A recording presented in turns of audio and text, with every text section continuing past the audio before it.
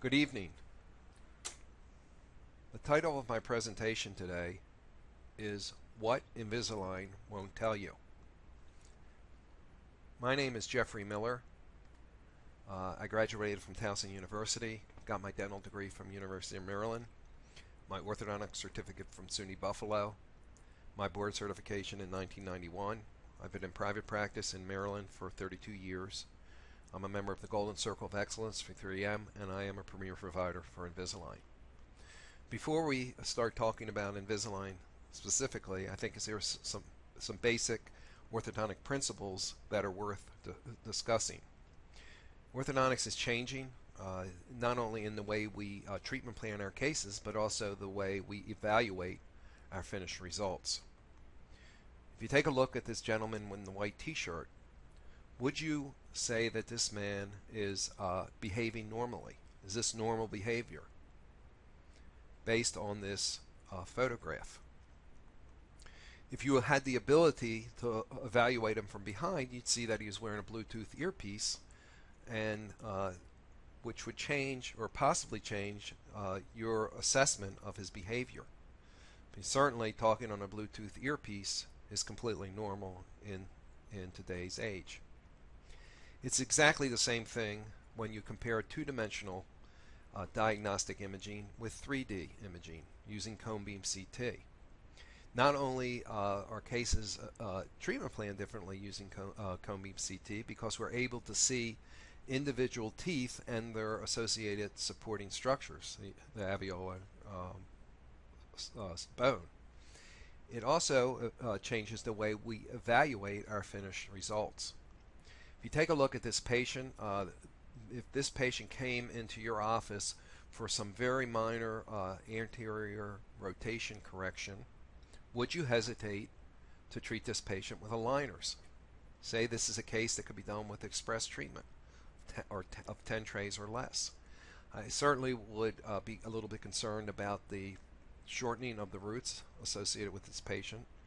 It's a retreatment case, obviously. But based on this pan and ceph, would you have any real hesitations in treating this patient? When you're looking at the image on the right, you're looking at a composite view of the cuspid, the lateral, the central, the lateral, and the contralateral cuspid. You don't know which bone is associated with which tooth, because you're seeing the furthest outline of the bone and alveolar structures. If you took this cephalometric radiograph and you reduced the focal trough to 0.2 of a millimeter so that you could look at just the lower central incisor, this is what it would look like. This is the image from that same reconstruction of the pan and ceph of the lower incisor. I think most orthodontists would agree that that could change your assessment in terms of whether you would treat this patient orthodontically or not.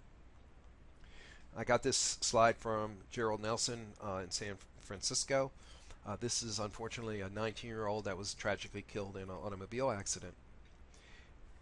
The lower anterior region is the most sensitive area to orthodontic tooth movement. It's the most sensitive because it's the least amount of bone. If you take a look at the generalized dehiscence of these lower teeth, both on the buccal and the lingual, that could be a concern orthodontically. Now, if you take a look at the sagittal view of the lower incisor and you compare it to the actual dissection, some may say that you're not seeing the radiographic burnout associated with the cone beam CT. Well, if you compare this to this, I don't believe that accounts for that much. You know, the literature is a little bit unclear how much radiographic burnout we get from the cone beam CT. A huge range. But if you look at the image on the left compared to the actual dissection on the right, I don't believe there's really all that much difference. The bottom line is those teeth are dehisced, and they're dehisced significantly.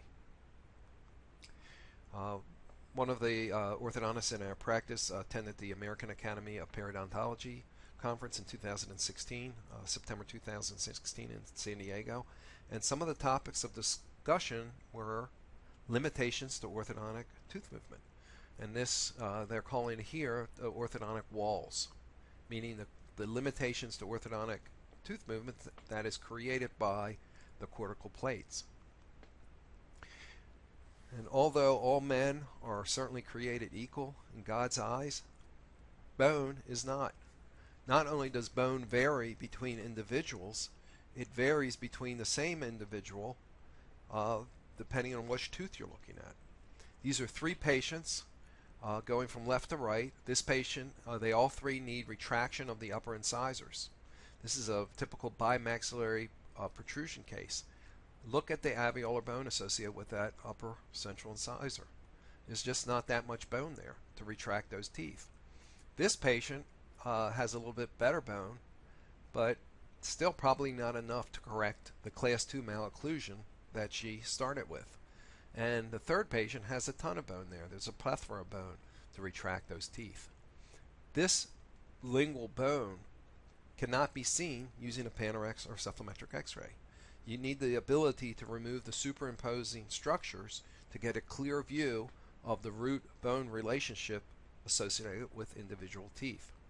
Now we're starting to hear new terminology pop up in the orthodontic community. Dr. Vaden in Tennessee uses the term dental dimension. Dr. Gerald Nelson in San Francisco uses the term housing. And we've been using the term boundaries. They all describe exactly the same thing. They're describing the limitations to orthodontic tooth movement created by the buccal and lingual cortical plates that can now be visualized using 3D imaging. Whenever you look at an artist's rendering of a lower incisor, like this one on the left, there's always, and most all of them I've seen are drawn this way, there appears to be a good amount of alveolar process, which gives you the impression that you have the ability to maneuver the lower incisor buccal lingually.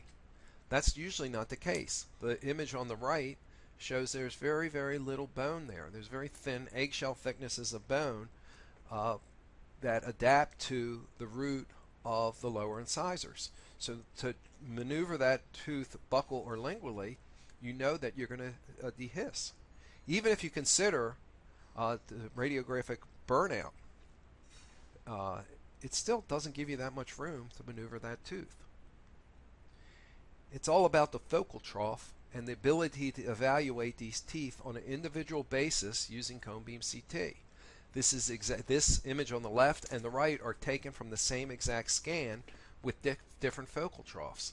If you're looking at the 77 millimeter focal trough, you have no idea what bone is associated with which tooth. These are all superimposed on each other. You don't get a clear understanding of the tooth and its supporting bone. When you slice down and you eliminate the superimposed structures, you get a much better assessment of the root-bone relationship.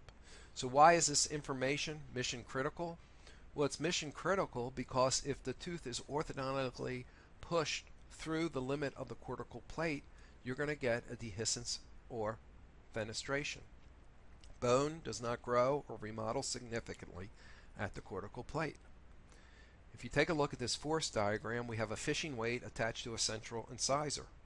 There's not an orthodontist on the planet that would not come up with the same conclusion, that if given enough time, that central incisor would be orthodontically extracted from the force. Bone does just not keep on depositing as the tooth is pulled out to the buccal. The tooth would be lost due to orthodontic forces. But what if you slow down the force? In aligner therapy, it would mean increasing the number of trays. Does that make a difference? Well, nobody's been able to demonstrate it has. If you remember from histology, you got osteoclastic activity on the compression side, and you have osteoblastic activity on the tension side. The force is pushing the tooth this way. That's fine as long as the tooth is moving through the buccal highway or the thickness of the alveolar trough. But once you start to introduce a buccal or lingual force, the leading edge of that root really does not have any opportunity for tension. It's only going to be under compression. If you have compression, you have osteoclasts. There's no opportunity for osteoblastic activity, or at least nobody's been able to demonstrate that. Here's a better understanding. This represents the sagittal view, the coronal view, and the axial view. You have a force on the tooth that's centered within the alveolar process. You get dehiscence of the leading edge of that tooth. And you see this bone here on the lingual? There's an adaptive resorption of the bone. The bone wants to naturally comply or tightly adjust to the root of the incisor. It's really no different than a tooth being extracted. You would lose most of that alveolar bone from the missing tooth. Now, from a coronal view or from a panoramic view, the height of the interseptal bone stays the same. So you wouldn't see any bone changes from a panorex. And from an axial view, you have the tooth centered within the alveolar process. You have the leading edge dehisced through the cortical plate. There are still some tangential fibers that are under tension that create a flaring of the bone, and then you get an adaptive resorption of the alveolar bone on the lingual, in the case where you're moving the tooth buccally. Post-orthodontic treatment, the tooth still appears to be centered, okay, because you get this adaptive resorption on the lingual. Here's a lower incisor. This patient was transferred to our practice from another orthodontist that was attempting to correct the overjet-overbite relationship with class 2 elastics. And they blew the lower teeth out of the cortical plate. You can see they're excessively proclined. But look at the lingual bone. You can see the lingual bone here starts to diminish, and here it's practically gone. This is a case that I treated some years ago. Today I would treat this case completely different. During his treatment, he started to go into a class 3 growth pattern. We recommended surgery. The parents did not want to do surgery. We tried to do the best we could with class 3 elastics. And look at the position of these lower incisors. They're artificially tipped back. We took a cone beam. This is taken about a year post-orthodontic treatment. And take a look at an axial view here. You see all these dehiscence on the lower incisor. Not only did he dehisce on the lingual, but he also dehisced on the facial as well, because the teeth were tipped back. This image is taken halfway down the root length, and it's a 0.2 millimeter focal trough. But take a look at the flaring of the bone there. This is from the transeptal fibers that still may be under tension.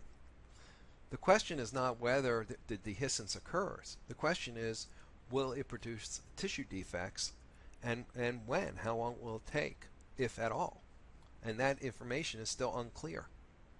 100% of non-traumatic tissue stripping or tissue dehiscence is going to be associated with bony dehiscence, but the reverse is not true.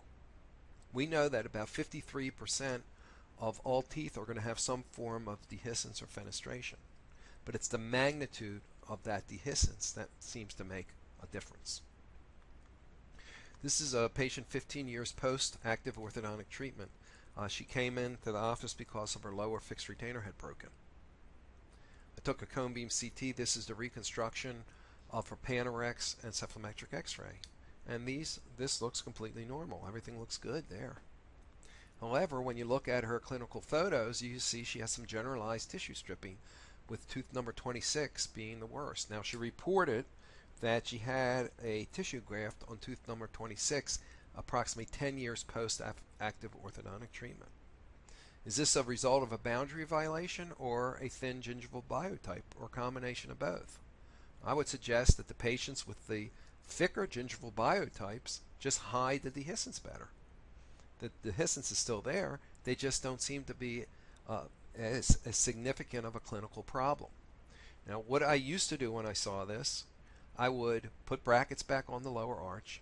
I would do interproximal reduction between the lower incisors and retract those lower incisors over the thicker part of the alveolar bone based on the two-dimensional cephalometric x-ray. It probably was not a good idea because there's an adaptive resorption on the lingual. There's no place to retract that tooth without creating less bone to support that tooth. So kind of that situation is as good as it's going to be unless you surgically add some bone, and I'm not sure it's very clear of the long-term benefits of that. But not only does 3D imaging change the way we treatment plan our cases, it also changes the way we evaluate or measure our finished results. If you take a look, this is a patient 5 years post-active orthodontic treatment. Are the lower incisors aligned properly from this two-dimensional Panorex? And certainly they all look like they're aligned parallel to each other. From a Panorex, there's really no issue. It looks, actually, they look like they're in excellent alignment. But what about the cephalometric X-ray?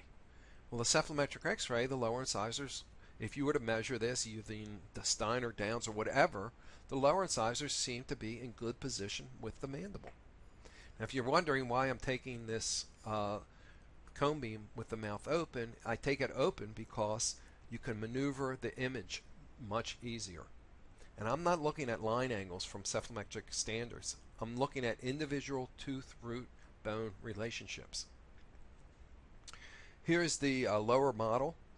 You can see there might be an issue with this lower right lateral incisor. It looks like it's torqued excessively to the facial. But other than that, everything kind of looks fine.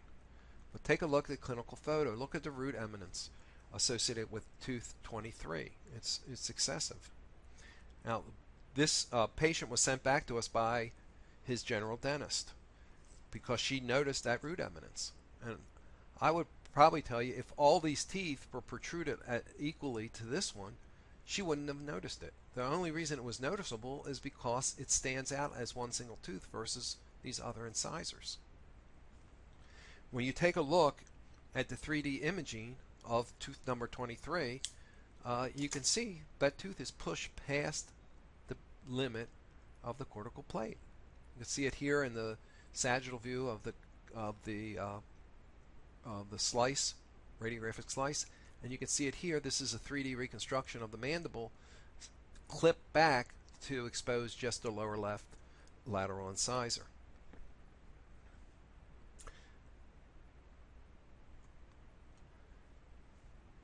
So,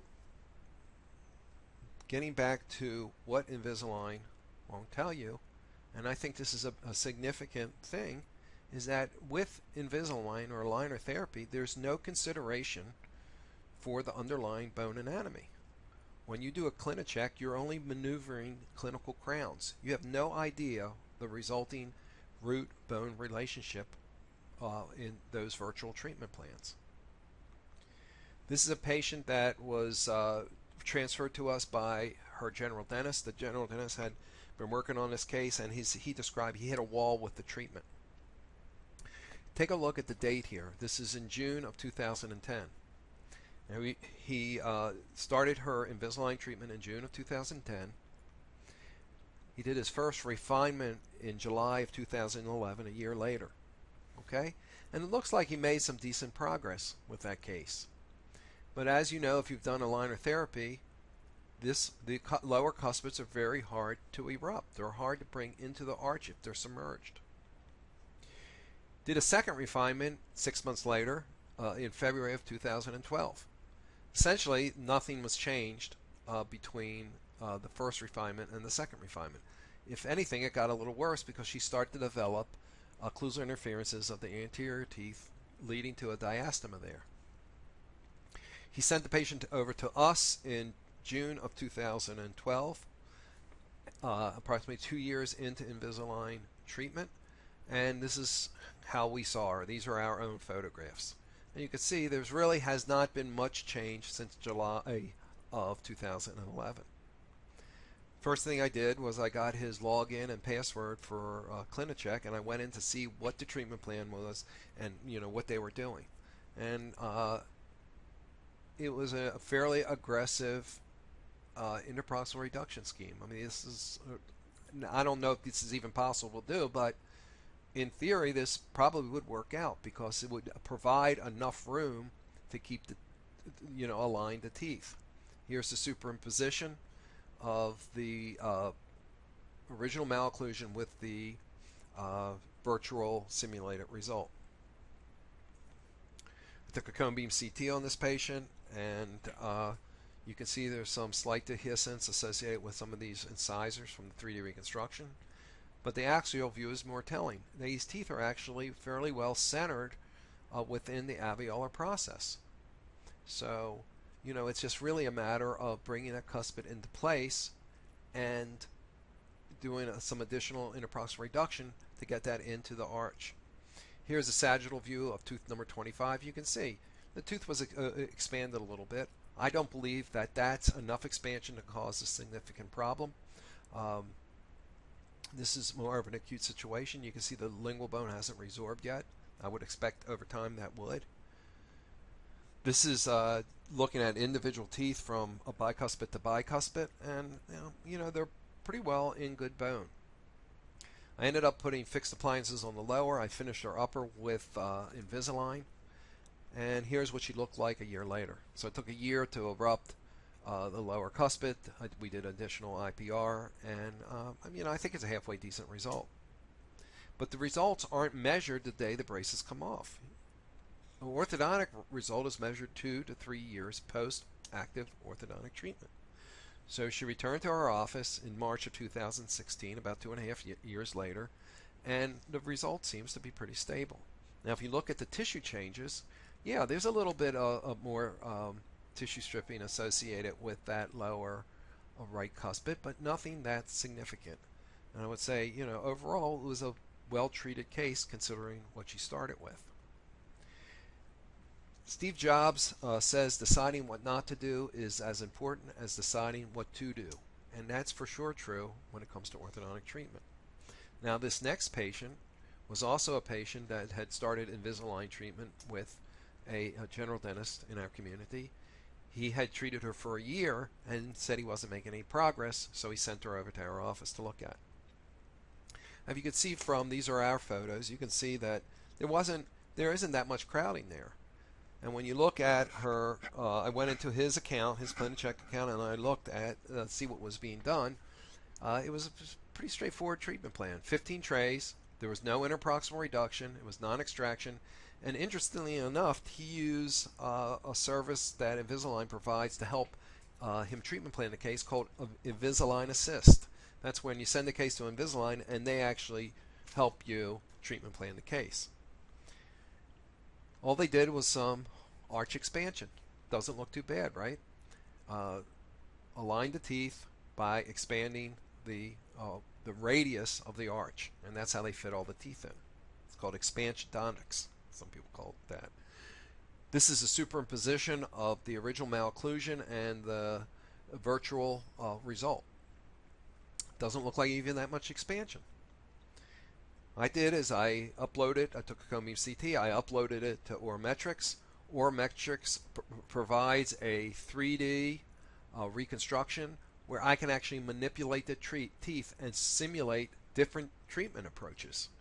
So the first thing I did was I simulated what Invisalign had recommended to this patient. So here on the left is the clincheck virtual simulation, and here is the Ormetrics virtual simulation.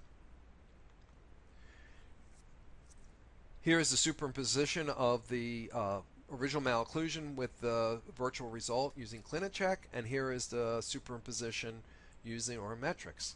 And I think I got it very, very close. If anything, I used a little less expansion than they did.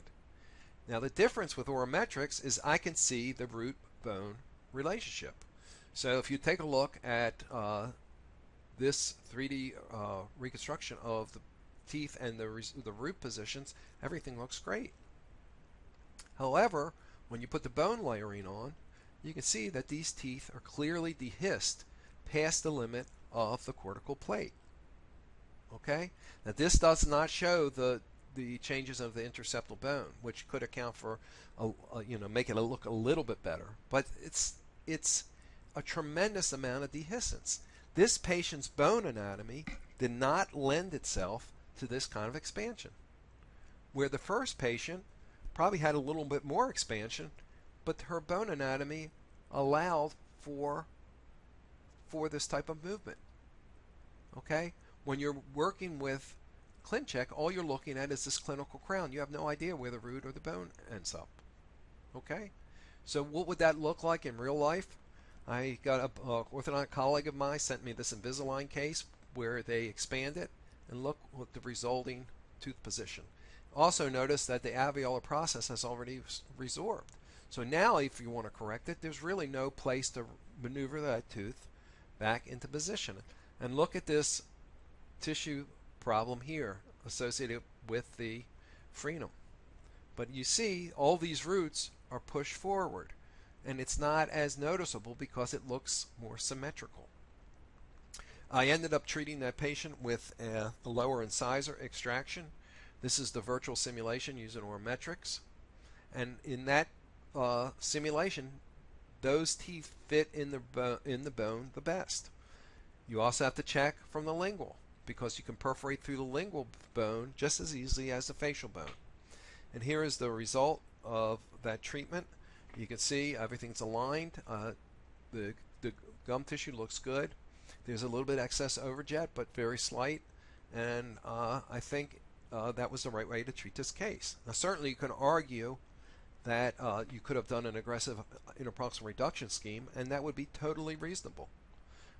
But you certainly would not want to treat that case with no interproximal reduction, as Invisalign has suggested. You know, knowing what not to do is as important as knowing what to do. And for sure, you wouldn't use that treatment plan that they suggested. It just didn't make any sense because the bone anatomy on this particular patient did not work well with that treatment plan. Here is the post-treatment cone beam CT. This was taken about a year after she was finished with her treatment. And by the way, I finished her with Invisalign on the upper and fixed appliances on the lower. If you take a look at the axial view of these lower incisors, this view is taken halfway down the length of the root. It's a 0.2 millimeter or 180 micromillimeters. You can see that these teeth are really very well centered within the alveolar bone. When you compare the virtual setup with the actual result, you see they're very, very similar. And you know, I think that kind of drives home the point that you need to be aware of what the bone anatomy looks like before moving teeth around. It's not everybody's bone anatomy isn't shaped the same. It's not the same thickness, and because of that, it affects the torque and the expansion ability of an arch that is crowded. So how do we put it all together? What do we do to give our patients the best possible treatment? Well, we take a set of diagnostic records. We routinely will take a cone beam CT. All our offices that have cone beam have low dose options, which is about 40 microsieverts. That's less radiation than taking a digital pan and Ceph. We can upload that cone beam CT to a company like Ormetrics. There are several companies that do the same thing. And then we can simulate treatment. From that treatment simulation, we can come up with exact numbers on how to report to the lab on how we want the tooth moved. And I'll explain that in a second. When we talk about virtual treatment plan, this is clincheck here. There's no consideration for the bone. You're only manipulating the clinical crowns. You have no idea where the root and bone end up. It doesn't seem to make a whole lot of sense to me, but that's the way it's done. Same thing with, I'm not picking on Invisalign, this is TMP through 3M Unitech. It's the same thing. You're only maneuvering clinical crowns. You have no idea where the resulting root-bone relationship is. This is a 49-year-old female patient. She's the wife of a dentist. She has a thin gingival biotype. You can see she already has some areas of tissue stripping. She had a tissue graft on the upper right cuspid. She has some very minor crowding. Okay?